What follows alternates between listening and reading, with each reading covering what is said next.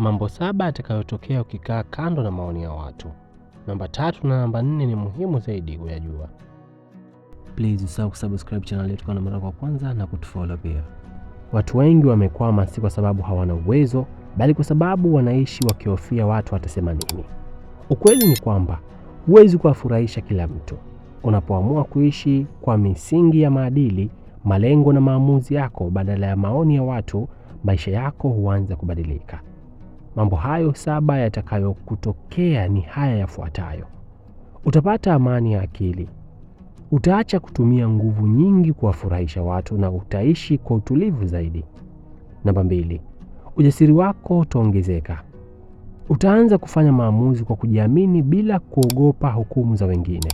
Namba 3, utafanya maendeleo kwa kasi. Badala ya kusubiri idhini ya kila mtu, utaanza kuchukua hatua zinazokusogeza mbele. Namba 4, utagundua uwezo wako halisi. Vipaji na ubunifu wako vitaanza kuonekana kwa sababu hutakuwa tena umefungwa na hofu ya kukosolewa. Namba 5, mahusiano yako yatakuwa bora. Utabaki na watu wanaokuthamini kwa jinsi ulivyo, sio kwa jinsi wanavyotaka uwe. Namba 6, msongo wa mawazo utapungua. Hutakuwa tena unajaribu kutimiza matarajio ya kila mtu, jambo litakalokupa uhuru wa kiakili. Namba 7, utaishi maisha yako, si maisha ya watu wengine. Huo ndio mwanzo wa mafanikio ya kweli, kuishi kwa kusudi lako, si kwa maoni ya dunia.